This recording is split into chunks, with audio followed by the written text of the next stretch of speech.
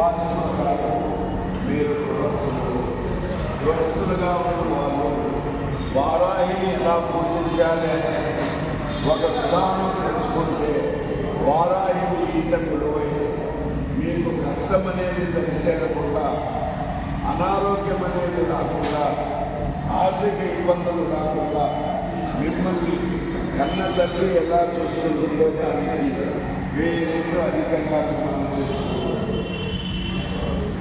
మామూలుగా పూజా విధానాల్లో 4 విధాలైనటువంటి పూజా విధానాలు ఉంటాయి.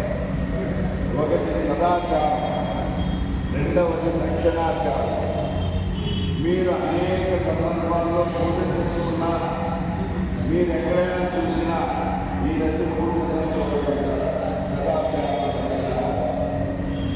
వామాచారం, గౌరాచారం అనేటువంటిది ఇది మేము ఉపాసనలు రచించినటువంటిది కాదు.